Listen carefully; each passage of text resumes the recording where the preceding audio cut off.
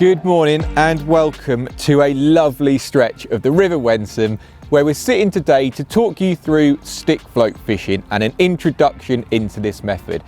Personally for me, one of the best ways to spend a few hours fishing, and certainly something you should get into if you're already not. So we're going to break this video down into sections to hopefully make it really easy to understand and give you the confidence to get out and have a few hours fishing yourself. So the first thing we need to talk about is the hardware. I'm going to start off with rods. Now, as a general rule, the longer your rod, the easier it is to control how you put your stick through the river, and that will become more apparent when I go through that later. But a 13-foot float rod like the one I've got here, I've got the Advancer X5 13-foot float rod, will be absolutely fine to get yourself started. If you really get into it and fall in love with it, there is 15 or 17-foot rods that you could use, but they're a little bit more specialist and a little bit of a higher price tag. So get yourself a nice 13-foot float rod and you'll be fine to start with. And then I'll couple that with a 3000 fixed ball reel. 2.5, 3000, something like that will be absolutely fine, as long as it's nice and lightweight, because you are going to be holding it for most of the day. Again, if you really do fall in love with it, there is centre pins and closed face reels that are really good for this style, but most people have already got a fixed ball, so get yourself one of those and you'll be absolutely fine to go. And then load that with 3 to 4 pound line. Today I've got 4 pound line, nothing particularly massive in here. Obviously if you're on a big river, say fishing for barbel, you'd need to up that, but as a general rule, the lighter you can go on your main line, the better your presentation and the more chance of catching a few fish.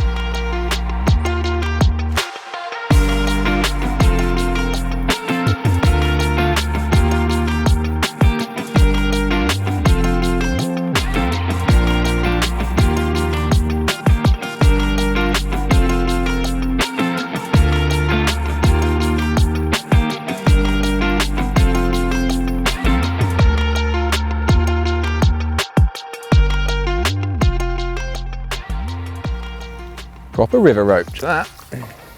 Even gonna net it.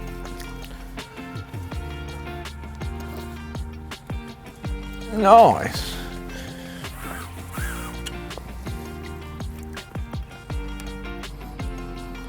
That's what the Wensum used to be known for, big roach.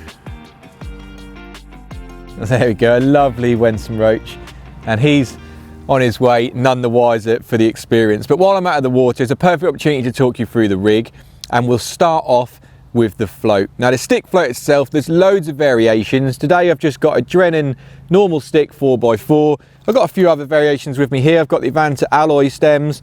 But basically when it comes to picking a stick float, just pick the right size for the current you're fishing. So a big, fast flowing river, pick yourself a nice big float that takes lots of weight and can get your bait nice and stable. But like we are today, a fairly even flow, a standard stick is absolutely fine. The way we attach those is 3 float rubbers, 1 at the top, 1 in the middle, 1 at the bottom, and that'll importantly make sure your line exits the top of the float and keeps it out of the flow. So again, that might make more sense when we talk about running it through the peg.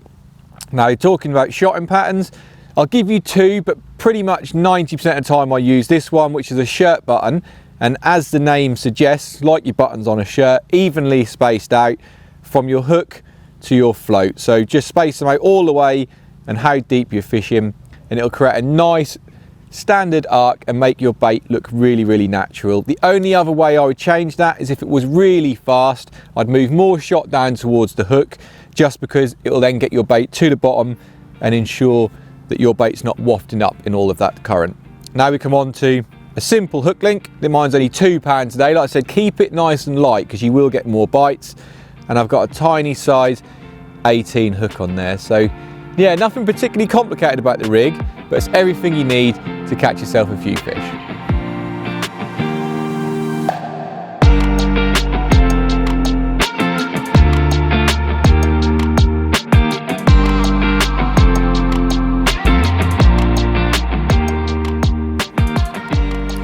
There we go. There's another fish coming towards us now. It feels like a decent one actually, and to be fair, they're making us work pretty hard for the bites, but it's really good to see some better fish back in the Wensum. I did say before that, you know, it used to be really famous for some of the best roach fishing around, and yeah, it's nice to see some slightly bigger fish back in the river. But what that is going to allow me to do is talk you through probably the most important thing that when it comes to stick float fishing, and that is how you put your rig and your float through the water. And it makes such a difference getting used to this, and I'll try and break it down as simple as I can so you can understand it if you're going to get into it. Now, what I'm going to do is flick out just past my rod tip, and I'm not going to close the bait line. Because we're fishing with a fixed ball reel, we need to let it trot away from us.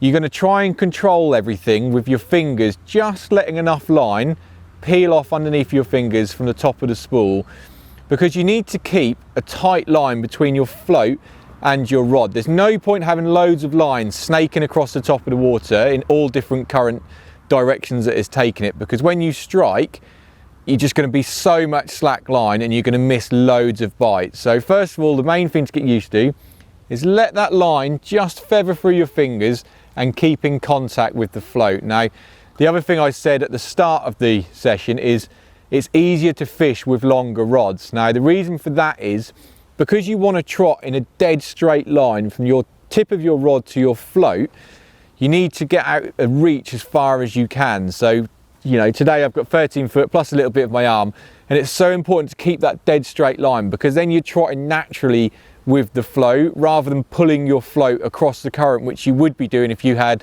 say, a 10-foot rod or something shorter. You just don't get the reach, unfortunately. And it's just a case of getting used to it.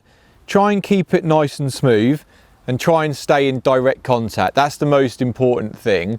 And one last tip you can try, I'll do it on this run through, is every now and again you can entice a bite by trapping the line, and that just flicks your bait up off the bottom, and it just sometimes makes them grab it. So to do that, you just trap the line against the top of your spool, and then you see your float rise up, let it go, and then you've got that nice natural run through again. You may have heard, oh, that was a better fish, we lost it. You may have heard a few people when they're doing stick float fish videos, or trotting as it's ever called, is that you need to mend the line. And that is because, again, what I was saying, you need a straight line from the tip of your rod to your float, and mending the line is a little trap the line against the spool, and a little flick will pick that line up off the water and ensure that you're dead straight back to your float. And it's all about staying in really good connection with it, feeling that you're controlling the float rather than just letting it go and hoping. And the more you get used to it, the more bites you'll have, which will obviously result in some better sessions throughout the day. So yeah, practice it, get used to it, and it will definitely improve your stick float fishing.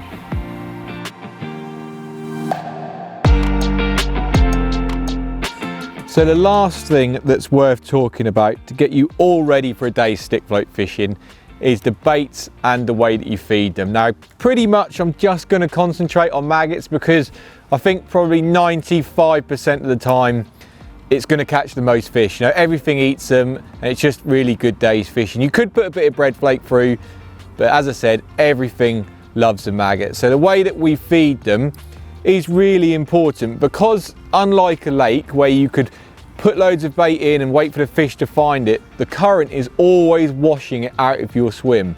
So a little and often approach is normally the way to go, where pretty much every cast, every other cast maybe, a little pinch. I'm talking 5 to 10 maggots, not loads, and that's just going to create a nice little stream of bait going through your swim, and that will draw fish up towards you and hopefully make, you know, real good competition when you're trying to catch a few fish. You need that competition going.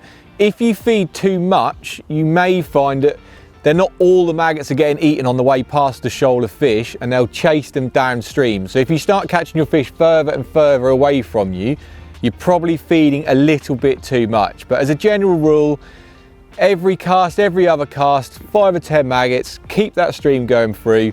You'll get really good competition, and then you're in for a really good day's fishing.